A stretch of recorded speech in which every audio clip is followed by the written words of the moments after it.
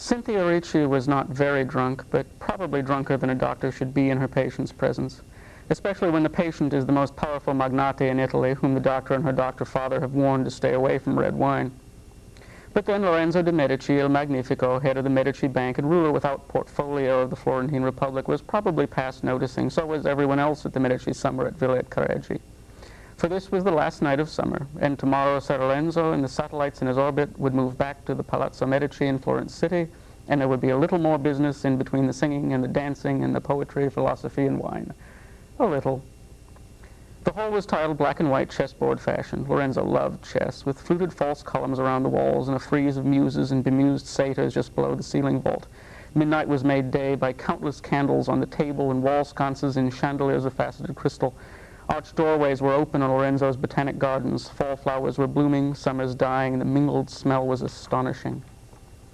The night air was unusually cool, and the house guests had risen to the occasion by putting on the heaviest velvets and brocades they had thought to bring, completely upsetting the packing for tomorrow's journey, of course, to the chill and silent dismay of the servants involved. Messer Lorenzo knew the specific for that disorder, however. Another sheep went on the spit, more kegs were knocked in, and very shortly no one cared if the clothes were in their chests or on the floor or on their backs or any place soft, said Luigi Pulci in a little extempore verse. Messer Pulci was golden tonight, honey-colored velvet for his doublet, yellow hose, golden wash on the lace of his shirt, and a gold necklace set with topazes. Next to him sat Lucrezia de' Medici, Lorenzo's widowed mother, in dark red and brown with fire opals in her blonde hair, pretending to be scandalized by the poem Pulci recited while she followed its text from the book in her lap. The first copies of Pulci's new work to leave the printing presses in Florence had been rushed to Careggi by special messenger, a wildly expensive journey for a little paper book that sold all over Florence for a few soldi. Lorenzo had presented the books to their author with great ceremony, pointing out that Pulci's conduct of publication guaranteed him 15 copies, and no Medici ever overlooked the fine points of a contract. Lorenzo's brother Giuliano sat with Guidobaldo de Montefeltro discussing tournaments, mistresses, and firearms in no particular order. Giuliano wore a doublet quartered red and blue with a lion of England in gold on red above his heart, a gift from King Edward IV of England, who is king by right of arms and grace of Medici financial support. Cynthia felt a touch on her shoulder. Marsilio Ficino stood next to her holding a pitcher of wine. Ficino wore a long white gown. He had translated Plato into Latin for Lorenzo's grandfather and into Tuscan for Lorenzo. And he liked to dress, he said, a little like Ser Plato, a little like a priest, which he had been briefly, and enough like a Florentine to walk the streets in peace. He was barely 5 feet tall in house shoes, very thin, with a huge beaked nose and eyes that were always happy and sparkling, but distant, sometimes very distant, because Ficino had visions of Plato and the Graces and odder things, and was convinced his soul left his body at times. He poured wine for Cynthia, then himself. His fingers were long and very graceful. "Salute," he said, and they touched cups and drank. Ficino's eyes went wide, and he plucked at the end of his nose, which had gotten into the wine and dripped red. Then he patted the top of his head, held the hand out as if gauging the distance to the floor, and said in a worried tone, "This cannot be my nose, Dottorino Ricci. This is the nose of a much larger man." He held her hand. "Tell me, doctor, can a man be born with another man's nose?" Cynthia tried to form an appropriately grave reply, but all that would come was laughter, and not even proper grown-up laughter, but giggling. She put both hands on a wine cup, watched candles dance in the liquid. She was filled with giggles like bubbles which must rise or burst. Ficino took up a tragic pose.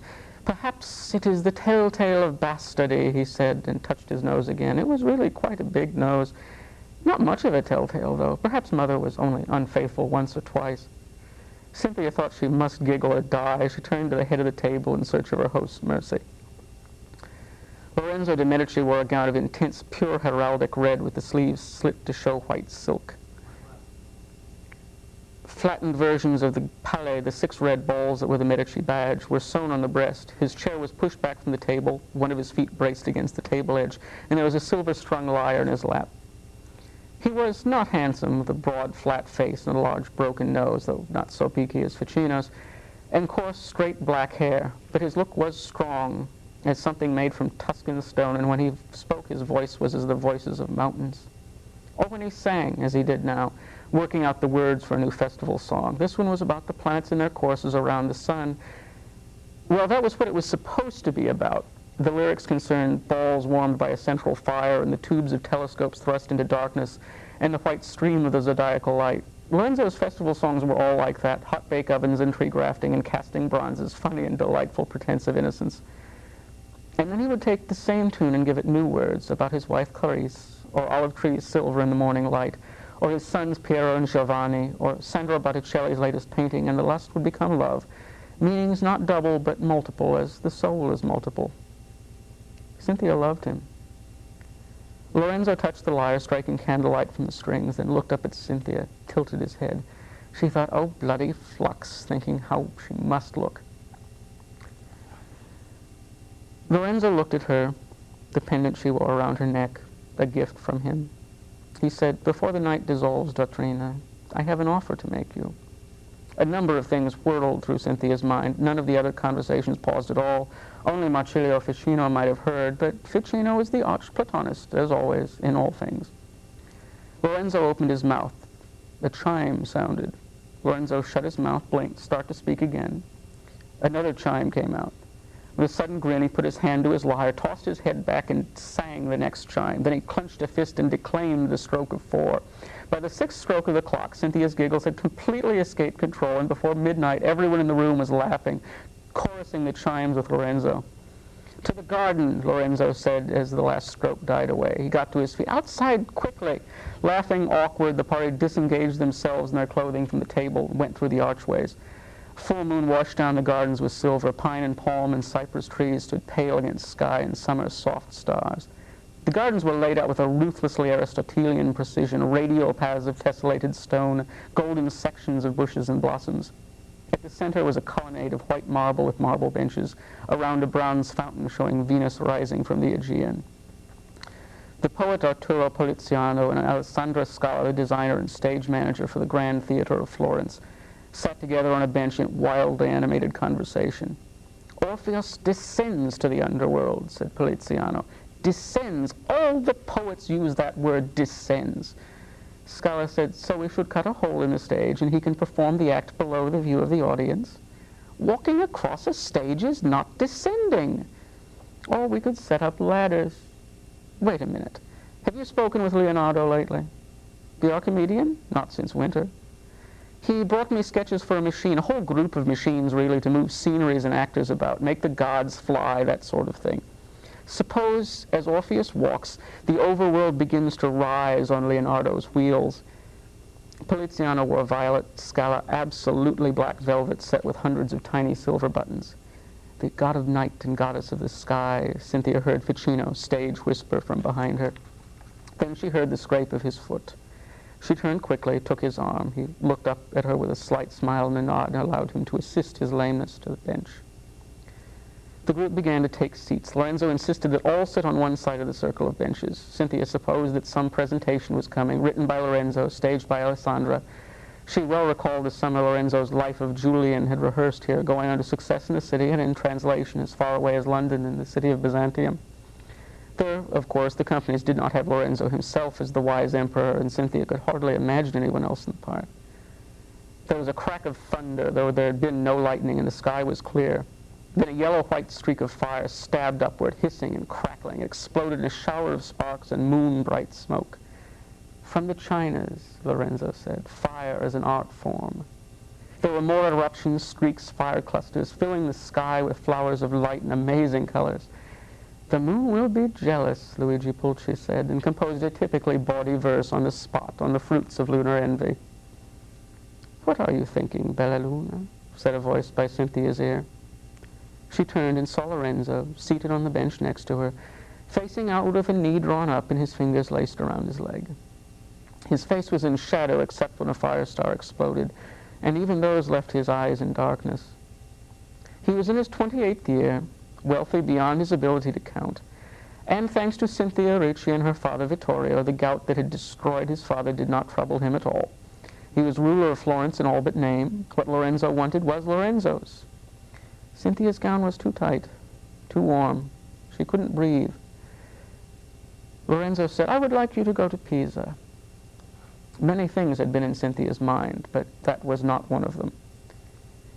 Pierre Leone wants to stop teaching medicine for a while. He talks about going to Germany and Alexandria. He wants to learn some new surgery while his hands are still clever, and I think write another book too. That, however, leaves the professorship in Pisa open. Do you want it? I think my father might be a better choice, Cynthia said. Vittorio's in the city. You're here. But of course the decision's yours. He turned to look out over the half-dark gardens. Crocuses will be blooming soon. Have you any difficulty in getting enough of them? No, we are discreet, of course. Of course. She saw the outline of his smile, wondered if a double meaning had passed her by. In the stuttering light from above, Lorenzo looked at his large, rough hands, flexed his fingers. There was a rattling chain of detonations overhead. His eyes went again to the golden chain around her neck. He was still smiling, but now she saw it was not a happy smile. His hands moved apart. She wondered if he would touch the pendant. But he stood up, saying, "Buonanotte, dottorina Luna," and went away as the sky burst red. She put her own fingertips to the throat. The pendant was an autumn crocus, colchicum. Twice a day, Lorenzo de' Medici took a measured spoonful of colchicum extract and brandy, an infusion prepared by the Riccis, and his gout did not afflict him, as simple as that. There were only two problems. Neither of Lorenzo's parents was able to tolerate the medication, gave them vomiting and galloping diarrhea. Fortunately, Lucrezia's disease was very mild, and diet kept her well. Unfortunately, Piero de' Medici's was not mild, and so Vittorio Ricci banned red wine and organ meats from the table, and consulted obscure books and distant physicians, and wrung his hands. And his daughter collected the urine and blood that Vittorio would stare at like a mad soothsayer, took notes on every possible variation of the prescription, and then took samples of vomitous and watery feces, and bathed and wrapped the patient's hot purple swollen joints for days into years, until when she was 14, Piero died all twisted, and the last color faded from Cynthia's hair. Lorenzo came to power at 21. The infusion caused him no distress. That problem was over, and the second could come into its own. Colchicum extract, as every sophisticated poisoner knew, was deadly in marvelously small doses. The line between cure and kill was thinner than the edge of a knife. Thus the discretion. Thus the Riccis compounded their own medicine despite the guild of apothecaries, and killed 2 dogs and 2 piglets, testing each batch. One gives poison to a prince with the utmost caution, even when it is with his consent. The sky show was ending. Alessandro Scala was talking about showing Phoebus's chariot with wheels of genuine fire. Poliziano wanted to stage the burning of Rome. Lucrezia de' Medici suggested flame-breathing serpents, and Pulci, irreverent as always, proposed a war among the gods, held in the sky with weapons shooting fire. Then the syncretist Ficino, sitting hunched with Lorenzo standing at his side, put all the ideas together along with Lorenzo's new song, chariots blazing between the worlds as gods fought rebel gods, the destruction of a city, a planet by fire, beasts beyond imagining, both to terrify and befriend the heroes. It needs a title, Signorina Scala said. Fulci had his mouth open, but Ficino beat him to the pun. It shall be dedicated to Isis and Mars, he said, and we will call it Stella Martis. A servant brought Lorenzo's lyre, another for Ficino, pipes for Poliziano, tambourine for Lucrezia. Will you sing, Luna? The Magnificent said. I only heard the words once. Improvise, said Ficino, his eyes alive with joy. What's life but an improvisation to the music? And Cynthia sang, words rising from within her like giggles to pop on the tip of her tongue, until as the eastern sky began to lighten, she wondered if their horses knew the way to carry them home, and did not really care if they did.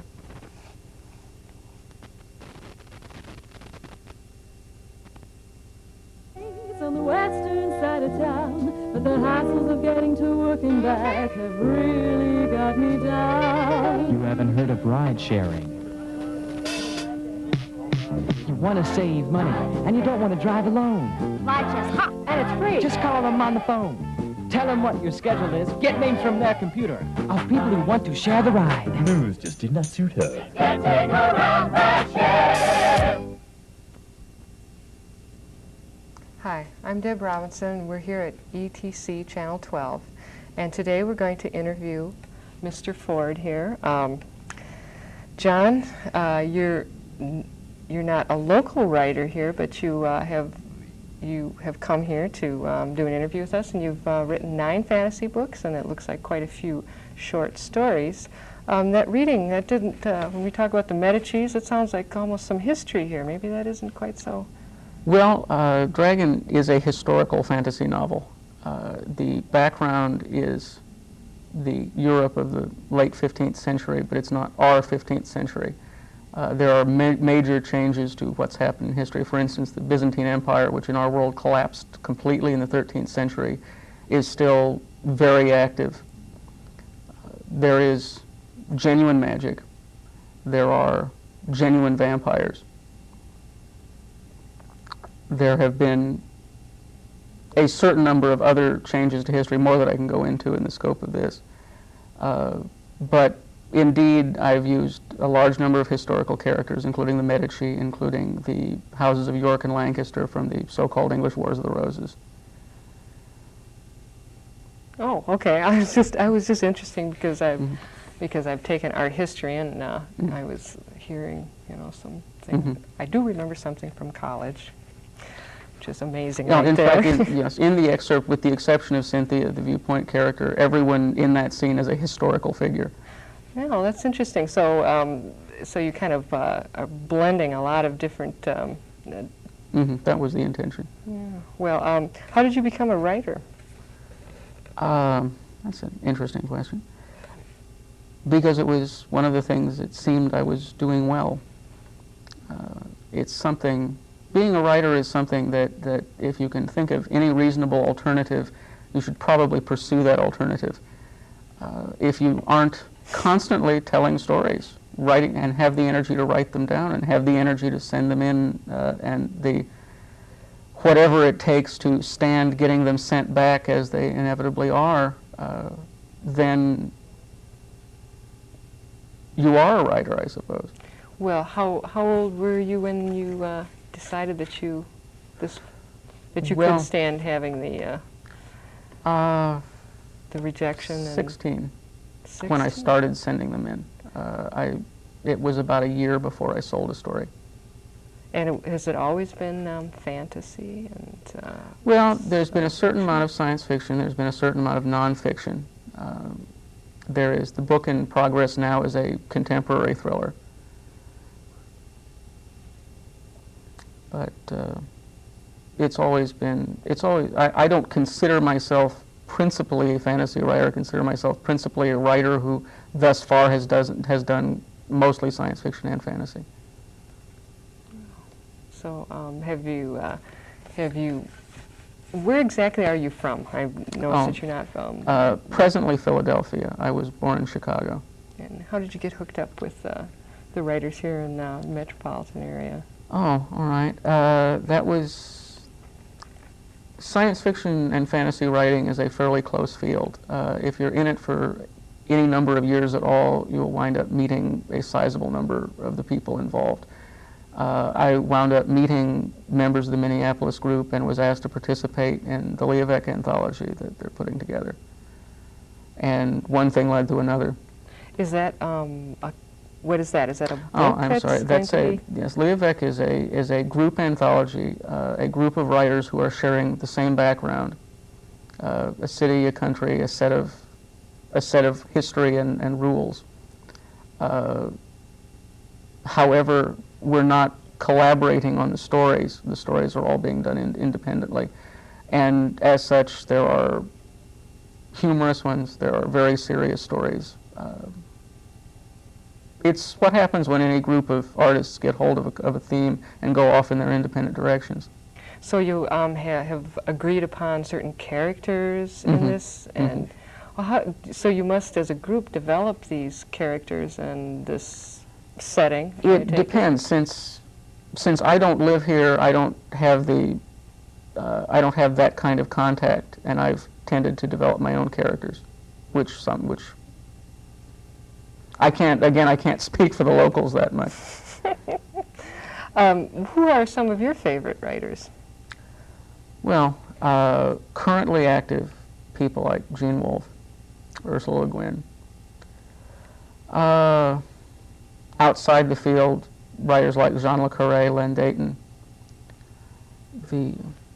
Pardon? Oh. And did they influence your writing, or you just enjoy their reading them? To a varying extent, anyone attempting to write a contemporary thriller who does not read Le Carré and Dayton, who are two of the foremost practitioners of it, and at least try and analyze how it is they're doing what they do is missing a great opportunity. In the field, the people that I admire most tend to be people who are very hard to imitate. Gene Wolfe is a magnificent surrealist, and I couldn't imitate his style if I tried. But there's something to be learned from everyone who's any good at all. Maybe that's a definition of who I would consider a good writer, as someone who genuinely has something to offer on reading. Okay, and why do you write fantasy and science fiction? Is there? Because there's nothing that can't be done. There are limitations to any of the standard forms, just in what can be said, in the techniques that are available that are not present. This is why the techniques of fantasy are rapidly leaking into what used to be called the mainstream, into allegedly realistic fiction, fictions about New York in the 1960s and 70s, Mark Halperin's Winter's Tale, which is a fantasy novel, though it was not particularly advertised as one, but which uses the techniques of fantasy, uses the ability to step back from reality to analyze the real world, so to speak, the consensus real world. Science fiction is an intellectual laboratory. We can do things, we can approach subjects that might be considered too touchy to approach by casting them in alien terms.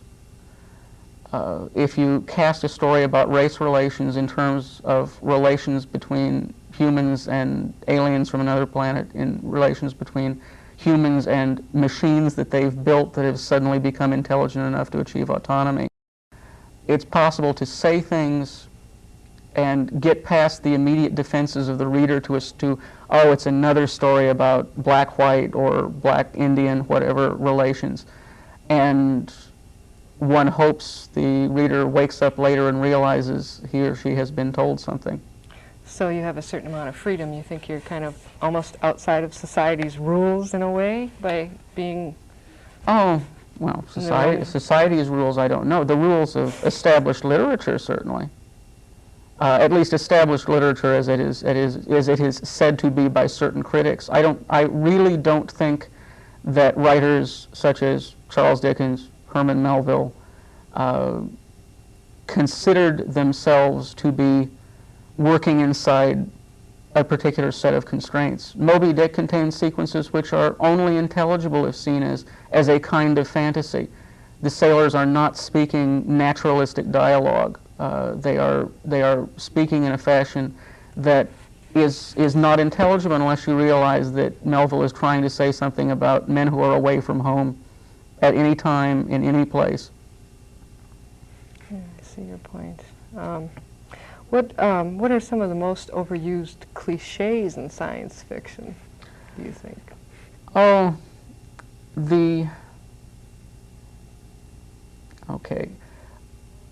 any tropy, and science fiction is full of tropies. The alien princess who is actually a representation of your unattainable high school sweetheart. The cliche itself, this is a bad term because the interstellar empire is a tropy for far-flung, complicated political structures. There perhaps have been too many of them. I prefer to think there have been too many interstellar empires written about by people who had no real understanding of political structures and were simply using it as a giant prop. Yet there's also, Star Wars is full of science fiction cliches. The giant evil empire, the people with the armies with ray guns, the rebels, the nasty person in the big black armored suit, the spaceship battles. Yet the audience for that film was obviously not worn out on the cliches. They were largely young and had not been exposed to literary cliches of any type at all. So when you say overworked cliches, there are things that I don't choose to write about. There are things that I don't choose to spend my limited reading time to read about, but I would really hesitate to condemn anything as dead. I think the only thing I'd like to see die is the formulaic use of these things, not the things in themselves. Tell me, do you have any advice for maybe other people who are thinking about trying to sell or Well, I did a book on the subject once. Buy it. No, that's actually the advice is to persist. Eventually, not everyone is cut out to do this, just as not everyone is cut out to be a surgeon or a television interviewer or a potted plant. And eventually, there may indeed come a time when you realize this is not the way your life is going. And that's the time. But this time comes for individual people at individual times.